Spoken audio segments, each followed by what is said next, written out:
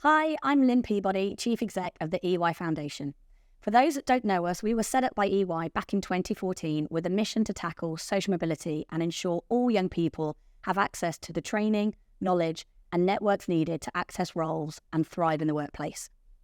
Since 2014, we've supported over 24,000 young people eligible for free school meals with skills training, paid employability skills, and work placement programs. We do this in collaboration with fantastic volunteers and with employers that recognise the huge value of this untapped talent pool of young people. The recent State of the Nation report by the Social Mobility Commission suggested there had been some progress on this challenge, but there is no hiding from the fact that 1 in 4 young people are eligible for free school meals, a widely used criteria to assess if someone is growing up in poverty. We know young people from a low-income background already face significant challenges when entering the workplace, but the world of work is changing at an unprecedented rate, with the next generation facing a force that is already redefining their future, artificial intelligence or AI. As they learn to navigate this new digital landscape, a critical question looms. Will AI be a great equaliser, or will it widen the chasm of inequality? For over 2 million young people eligible for free school meals, will it unlock new opportunity, or will it erect new barriers blocking their path to success? Previous digital transformations like Web 2.0 have shown what can happen if social mobility and equality aren't considered in the development phase. Whilst the internet was predicted to reduce education inequalities by levelling access to information, the reality has not been as positive. With regulation on issues like online safety only just being developed, society was left to catch up with the tech rather than it always being a key consideration in how it was developed. And AI is expected to have a similar or even greater scale of impact, with the use of AI in recruitment and the automation of some work tasks already being seen across the workforce. It is clear that the associated risks and opportunities are too great for society to sit on the sidelines. And that's why we're here today hosting this discussion to explore how the opportunities for AI can ultimately improve social mobility. Joining me as co-chair of this panel, we have John Walker, an alumni of our programs and current member of our Youth Advisory Board. John, would you like to introduce yourself? Hi everyone, my name's John Walker. I'm 19 years old and I'm studying Finance and Investment Management at Northumbria University. I joined EY Foundation a couple of years ago after graduating Smart Futures, and I'm delighted to now be a part of the Youth Advisory Board, acting as digital rep, and I'm honoured to be here. Thank you guys. Fantastic, thanks John, and good to have you with us. And on the panel, I'm thrilled to be able to draw on the experience and insight of 2 experts in tech and DEI. A huge welcome to Adrian Joseph, OBE, former Chief Data and AI Officer at the BT Group and current board member, public speaker and AI advisor, and Nimi Patel, Head of Skills, Talent and Diversity at Tech UK. Would you like to introduce yourselves? Adrian, we'll kick off with you. Yeah, so thank you, Lynn, for inviting me. I actually happen to be an EY alum as well, so I'm very pleased to be back in the building, to be allowed back in. So yes, I'm now on a number of boards. I particularly help in the areas of 3Ds that I'm passionate about, so data and AI. I'm a bit of a data geek. Digital transformation and diversity, equity and inclusion. And I think those 3 things are connected, and that's why I'm really excited to be here today to share some of my perspectives and to learn from these wonderful panelists.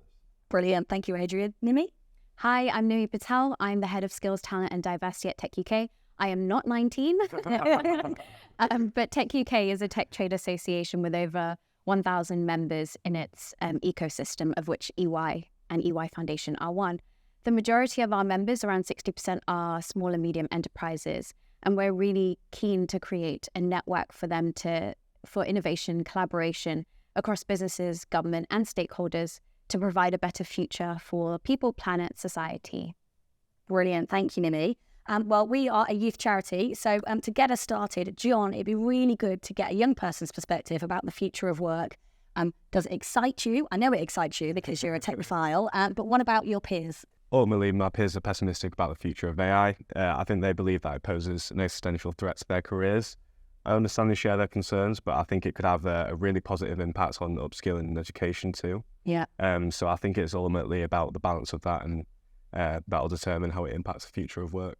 Yeah, that makes sense. But I guess it's quite scary that the majority of your peers feel it's a threat. I guess, Adrian, Nimi, it'd be good to get your reflections on that. Adrian, let's start with you. Yeah, thank you. I mean, So those reflections are also found, amongst the UK public. So the Centre for Data Ethics and Innovation did some research recently that found that 45% of the British public, their number one concern about AI is risk of losing their jobs. Yeah. Another 35% believe that it's going to either make their jobs less creative or take away the problem-solving parts of it. So it's a really, really important topic, and it's really, really important that all parts of society and civil society are involved in the conversation. Yeah, so true.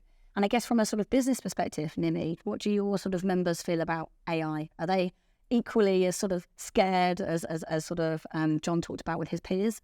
I think we can be cautiously optimistic, but it's really sad to hear that young people aren't feeling the benefits of AI. And I think there's more that businesses can do to communicate those benefits. Yeah, great. Thank you.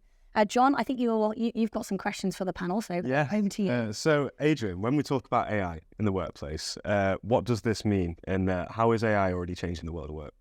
Yeah, so I mean, AI is this incredible technology that's been around for a very long time, actually, but has been sort of more popularized with the advent of ChatGPT and large language models and so on. So, it's become more of a consumer-facing product, and I think that's why there's a lot of interest at all levels. And when I think about the world of work, I think I see there are three impacts that we're going to see, John. So, one is around automation, two is around augmentation, so having co-pilots or assistants in our life, and the third A, they all begin with A, are these additional jobs that we're going to see. So, if I start with the first A, the frank reality is that we are going to see some jobs displaced. Those people who are working in highly repeatable tasks, high data entry elements, those are probably more susceptible. And unfortunately, parts of our community who come from maybe lower socioeconomic backgrounds or particularly some diverse backgrounds, in some cases, they're more likely to be affected. So important to say that. The second A that I mentioned is augmentation. And, I have a number of AI agents in my life. I use Copilot, I use ChatGPT, Gemini from the Google product. I use that daily. In preparing for this event, I did my notes and I put it into one of the large language models and said, could you rewrite this, make it more punchy?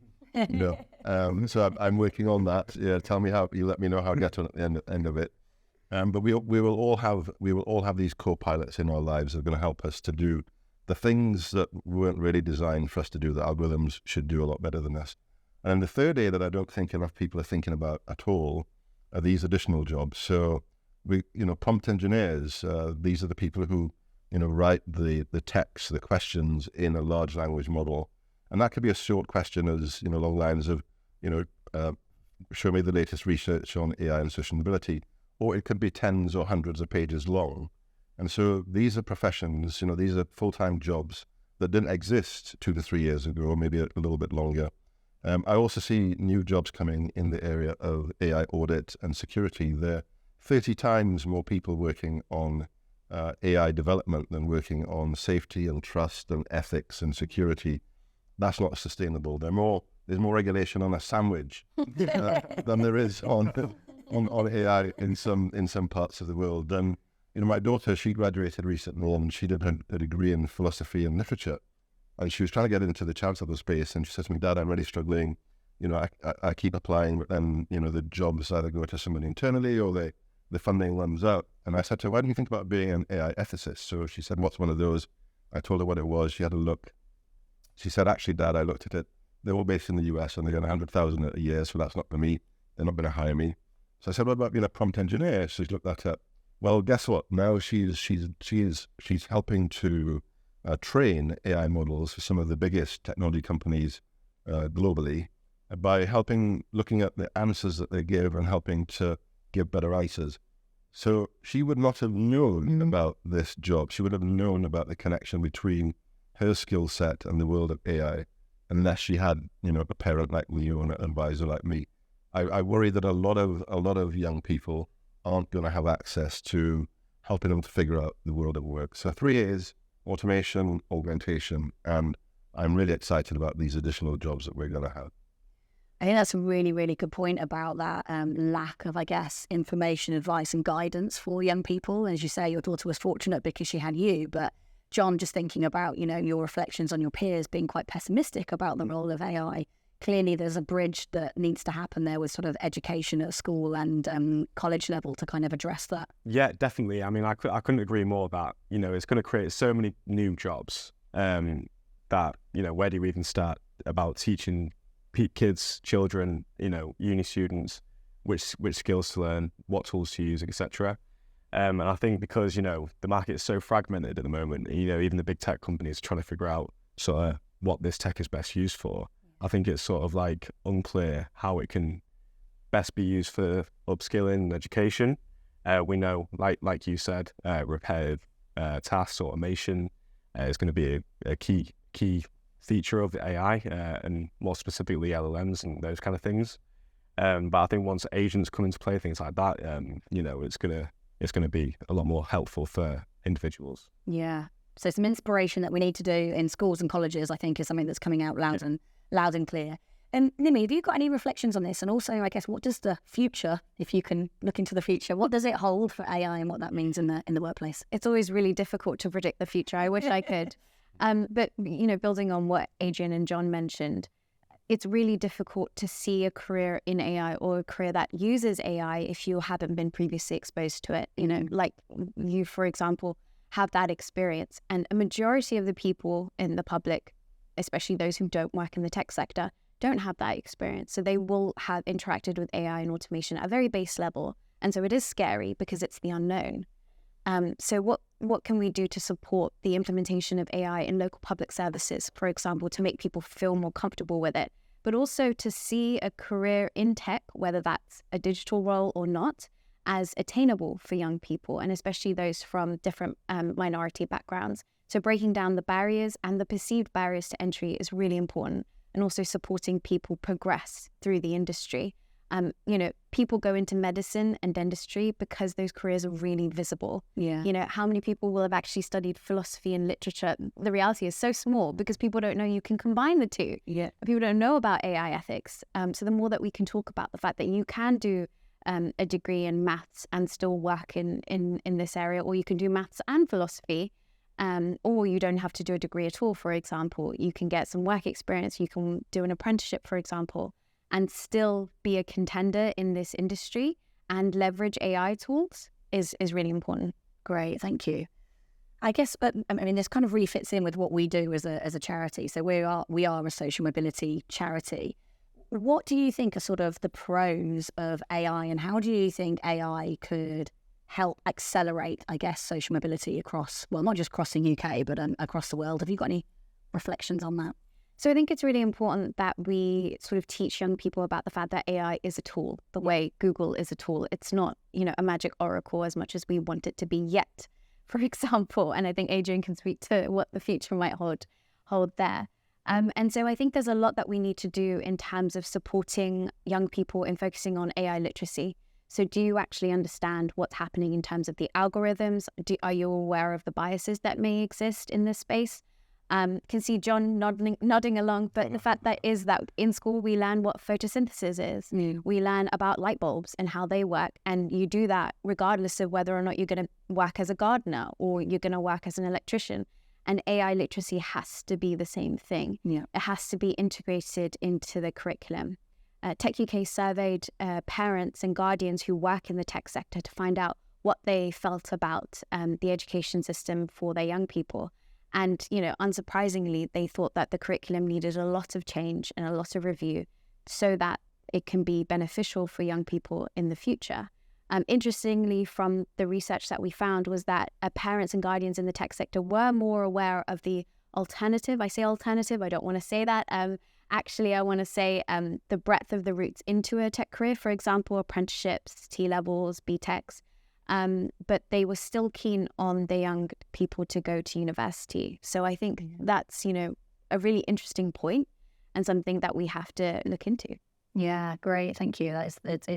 It's useful reflections. And actually, I know sort of apprenticeships were sort of seen, they might be this big driver of accelerating social mobility, but actually we've seen kind of the reverse actually with young people from lower income backgrounds actually moving away from apprenticeships. So I think it's maybe, I guess, the Labour review of the curriculum is probably well timed for this conversation. I mean, Adrian, have you got any sort of other sort of reflections on how you think AI might be able to help us accelerate social mobility? Yeah, I mean, so I think it's one of the big areas is around actually interrogating data sets. So, for example, in healthcare, I saw a stat last week that said that for people who are in the top 10 decile socioeconomically versus the bottom decile, so the lowest 10%, the delta is 20 years of healthy life expectancy. So if you are the top, economic, socioeconomic bracket versus the bottom,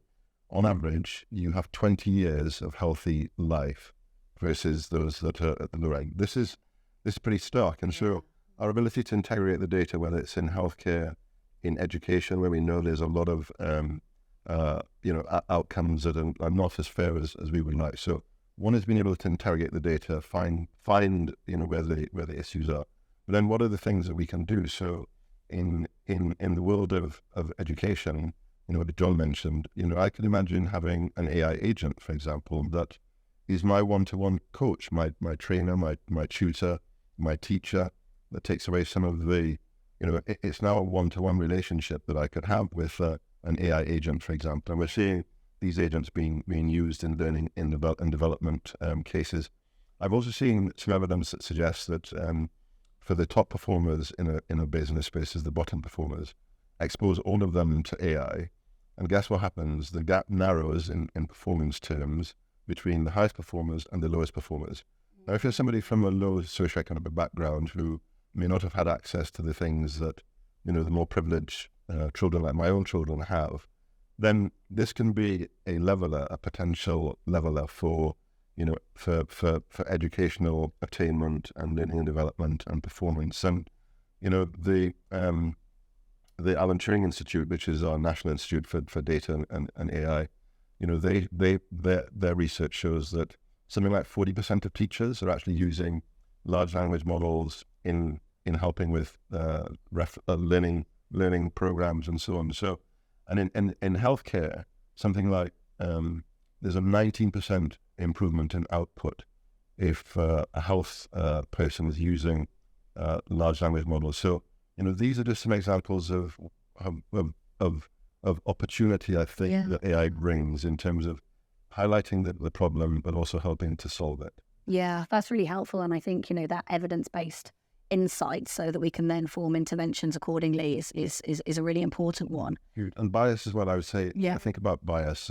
It's one of the biggest things that we worry about in AI, right? Not how do you get the value, but how do you do the safety and bias. And there are three levels of bias. There's bias in the data.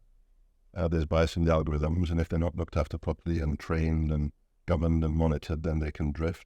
And then I think there's sort of a sense of potential bias in not having the representation in the people that are building these algorithms. I would argue that we would have, maybe fairer outcomes, less gender biased or less, ethnically biased algorithms if we had more women in tech and we had more diversity in tech more broadly. 100%. So the technology needs to be reflective of the community it looks to serve.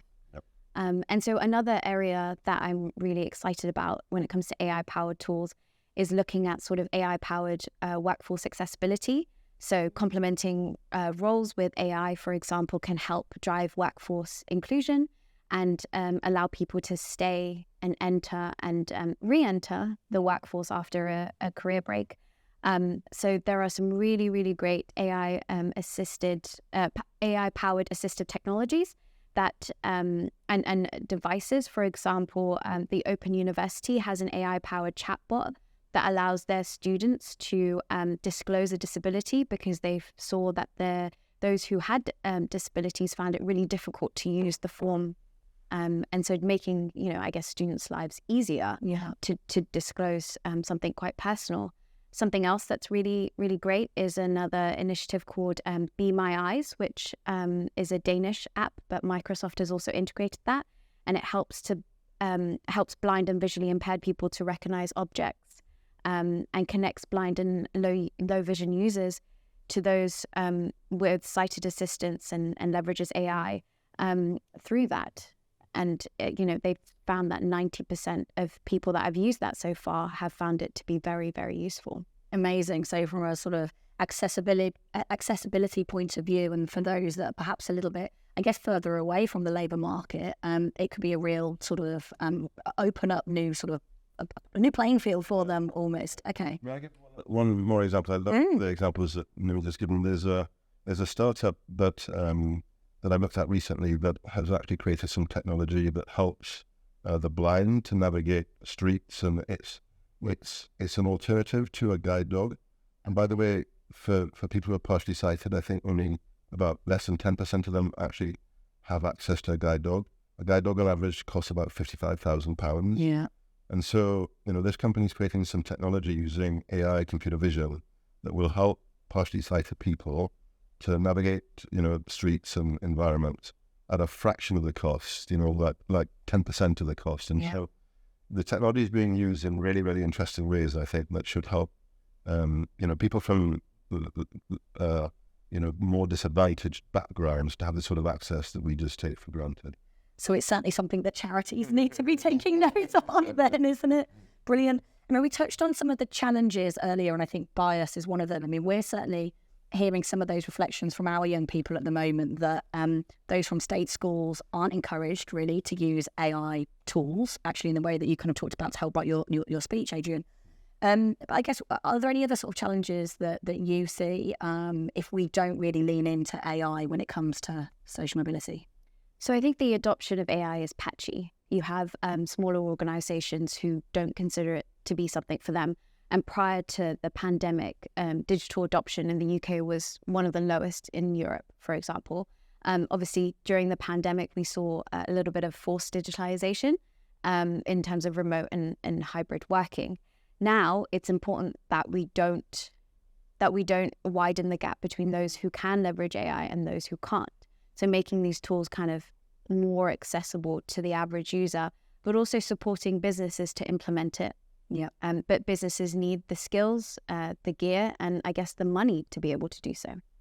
It's a really important point, isn't it, around that sort of accessibility to it? Because we did some work with young people accessing the metaverse, and actually we found it's one thing to kind of give them the tools to access those worlds, but actually it's their intrinsic motivation and want to engage with that technology that could be a real barrier that isn't perhaps being talked about and addressed. And I don't know, Adrian, I'll come to you, and then John to get your reflections on that. Yeah, I think about a range of barriers. I was thinking also about the role that parents play. And in some parts of, some communities, parents say, look, you can be a doctor, a lawyer, or an accountant. Yeah, that sounds very familiar. So where does technology, index there? It doesn't appear at all, right? And so, the same is true for teachers as well. So I think there's a massive piece around not just how AI can be used in education, but how also we need to educate parents, teachers, and others, in a broader sense. And there's a very strong correlation between AI acceptance and AI understanding. And so improving AI literacy for all of us is really important. The other point I would make in terms of risks and challenges to your question, Lynn, are around responsible AI. Yeah. And so one of the organizations that I worked with, we created a framework where every AI algorithm had to go through a test. It had to be fair, it had to be for good, had to be accountable, and had to be transparent.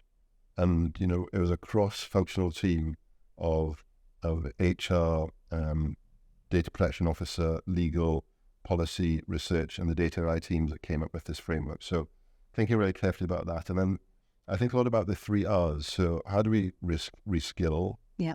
How do we retain? And then how do we recruit? And for many organizations, that's one of the big challenges. The big technology companies, the big accountancy, the big consultancies have, a lot of firepower in terms of hiring and so forth. Not all. That's not going to be true across many regions. There's regional disparities we'll have to think about across various industries, private sector versus public sector, and so these are all areas that we need to look at really, really, really carefully. Yeah. So if we thought social mobility was a complex challenge, it's just got even harder. John, I don't know if you've got any other... Yes, so I mean, I'm glad you guys mentioned accessibility and the acceptance of using AI. I think accessibility is a major one, and these new multimodal models are going to make it easier for people to interact with these AIs, and ultimately, it's going to allow them to use it as like their phone. It'll help them upskill. But I mean, a big point for me is the acceptance around AI. I feel like there's a bit of a stigma amongst uni students over using the tech, which sort of acts as a barrier for them, like kind of learning it, how to get to grips with the technology. At least in my experience anyways, they feel like it's, we don't want to use that to research, it's not allowed. So I think provisions should be made through unis, education institutions on how best to use the AI to learn, to upskill, etc. Because there's not really any guidance out there right now, which it makes that clear. So it's understandable why some students feel like they're cheating if they're using it. Yeah. So definitely agree with that. And the accessibility thing, that's always a tough one. Some people, may not be able to type, may not be able to speak. So I think it's important that there's multimodal models that allow everyone to interact with these, because otherwise, you could be left behind. Yeah. So that's definitely a key one for social mobility, in my opinion. Again, with the navigation, the blind sight thing, even Apple's sort of integrating that into their new products. So again, it's definitely going to be a huge one. On academic integrity, so it comes up a lot, right? Talking about sort of plagiarism and how generative AI tools such as ChatGPT and Bard, for example, are hindering education. I think what's really important is what Adrian mentioned at the beginning. It's a tool, right? Yeah. It basically summarizes information right now. And so how can we support young people to leverage that tool rather than seeing as a be-all, end-all? And I think this happened when Google came about, right? Everyone just kind of copied and pasted stuff from Spark Notes, on whatever they needed for their English assignment. I think it will, as it permeates through the culture, as people kind of understand that AI is everyone's responsibility, and that they would be silly not to use it, or that they should engage in whatever form they can.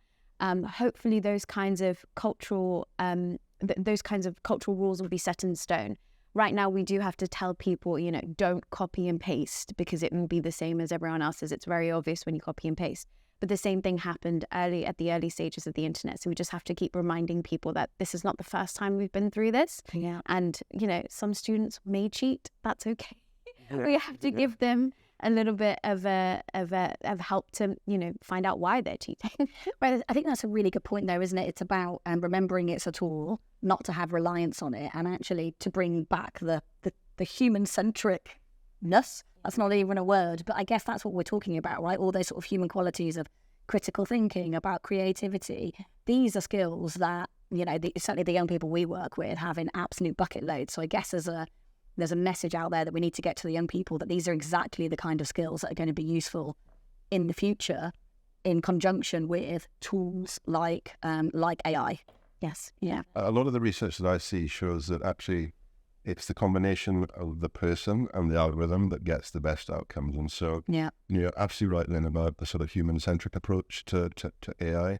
Really, really important. I mean, all of us, by the way, in our phones, there's more AI packed into this than we probably understand, right? From the magic erasers to the recommendation engines in here to optimizing our battery life. I mean, there is a ton of AI that, pretty much many school children have a device, and through that they probably get some access. But it's still a really, really important point that not everybody does. I had lunch with some young people on Saturday, and they were saying about, they felt actually they should get more access in school to be able to use these tools, because this is the future, they were saying. And if we're not embracing the future, then how are we going to, ensure that we're fulfilling our full potential? Yeah. And so I do think schools need to think or rethink, some of the policies and procedures around education and how AI is used in schools. Yeah, for that to be done, I guess you have to support teachers in learning about these subjects and then supporting them to teach it within the time frame of the school curriculum. Something that's quite interesting is that tech businesses have seen that that's a need, and so have created guidance for teachers on, how to deliver an AI project, for example, or how to talk about AI in the classroom. Intel have done some really good work in terms of their education programs and providing lesson plans or case studies where young people can see how AI is actually being used in a number of different areas that is interesting, for example, in defense or in cybersecurity, something that's, not tangible to them just yet, but a little bit exciting in the world of AI. Yep. I think there's that awareness raising, isn't it, is really important. Because why would young people care about, productivity gains in the workplace? But we talk about that. It's exciting. Sorry, employers. It's an AI in a space. It's, what you do with spectrum policy and things like that. So, yeah. I can understand it though. So I've got a 2-year-old, and I do think it is a bit of a minefield, because there's all this kind of research and data coming out that smartphones, they're like a drug for young people. So we need to be taking them off young people. But then we're in increasingly a tech-fired world. But then there's all that interesting research around how laptops actually are much better for young people, and they're much more productive if they have those rather than working off their smartphones. But again, that's where you get into this kind of gap between the young people that we work who don't have laptops but have their phone. So maybe actually the hardware is part of the solution as well into schools to enable them to have the right tools, I guess, to kind of get stuck into AI and all the other amazing tools I'm sure will come up in the next 10 years. Brilliant. John, I'll hand over to you for a question from the panel. Yeah, so it's interesting to see that neither the opportunities or challenges are set in stone. All of us here obviously want to increase social mobility. So what do you guys think needs to be done to minimise these challenges? Who are the key groups that need to act? Let's start with you, Adrian. Yeah, so on minimising the challenges, I think it's being really clear about where the risks are. So we've talked about bias, we've talked about fairness, we've talked about access. We haven't really talked about sort of fake news and misinformation and how that's used, and that's one of the biggest challenges, particularly at the moment where maybe 4 billion people will or have gone to the polls this year, and so that's another critical area. So things that we need to think about, groups need to think about. So the technology companies need to think really hard, and I did work for one of the big technology companies in terms of how they develop their products for them to be inherently more explainable, and we're seeing a trend towards more of these models being explainable in the technology. Governments have a big role to play in terms of establishing guidelines for development, and the AI summit that we hosted in the UK last year I think is a good example, and we were the first country to create an AI institute. Well done to the team for doing that. But we then also need to make sure that we're accelerating use of it, in my view, in the right ways, and making sure, to the points that we had about access. We also need kind of equitable investment. The other stakeholders I think about are the researchers that are conducting research on AI bias, on ethics. Look at the work that Southampton University are doing, Oxford University, Bristol. A host of universities are doing really great work. And then civil society, we need to be advocating, for the types of world that we want, to live in and live alongside AI. So all of those I think are important. And then there's individual responsibility about how we use, how we access, how we treat, how we interact. So, a few stakeholders. So, just a few things then. Nimi, have you got anything to add on to those groups? As Adrian mentioned, you have to attack it from all fronts. But I think the way in which you kind of combat misinformation is through digital literacy and making people a little bit more aware of the fact that they have to reconsider what is out there online, which is very tough to do in a modern world where you don't want to be second guessing what you're actually seeing all the time. But it's more and more out there. It's easier, I guess, to recognize advertising or guerrilla marketing now. Yeah. The same might be said for kind of AI deepfakes, but it took a while for people to recognize that. And so we just have to be on top of it. Yeah. Okay.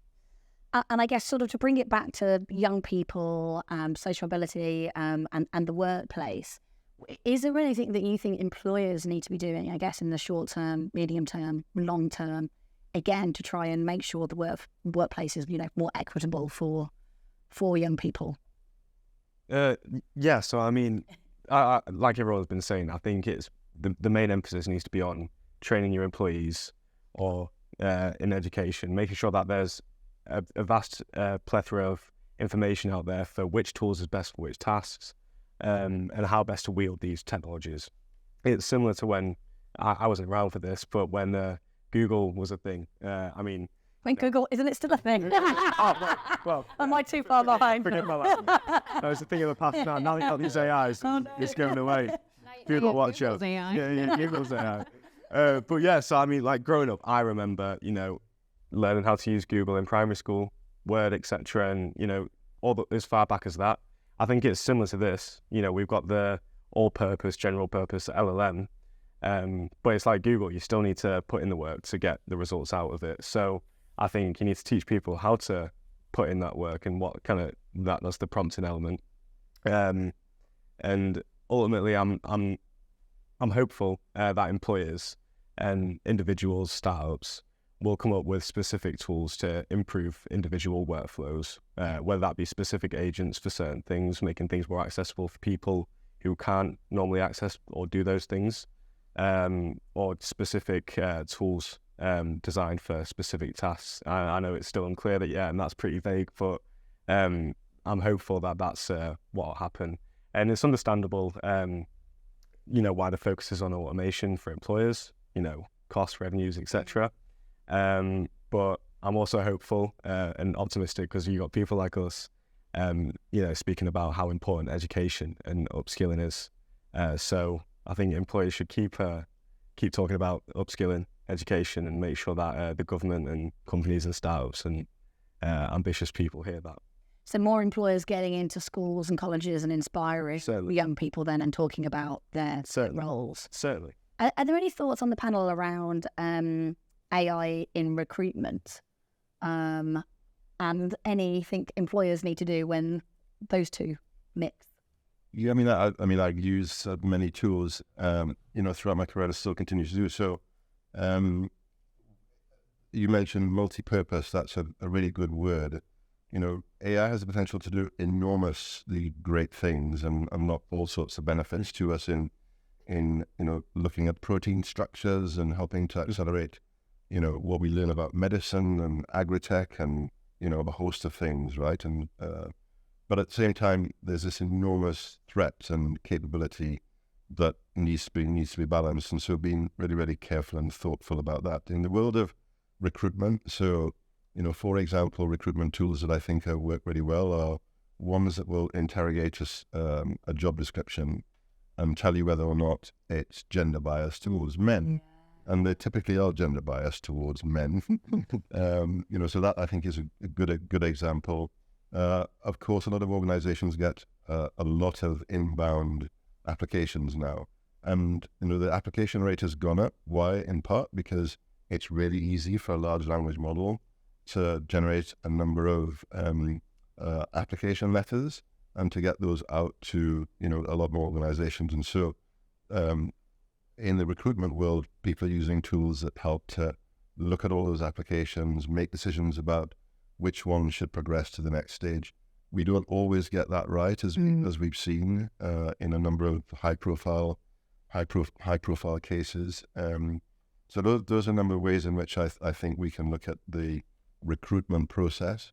In the reskilling side of it, I also think there's a lot of opportunity in terms of, having AI assistants that help us with learning and development, that help to pinpoint the areas of risk in particular organizations, and therefore, what skilling, what reskilling might be required for individuals. So helping to make that transition from those who don't necessarily have the right skills for the future workforce, identify those people and then helping them to develop those skills.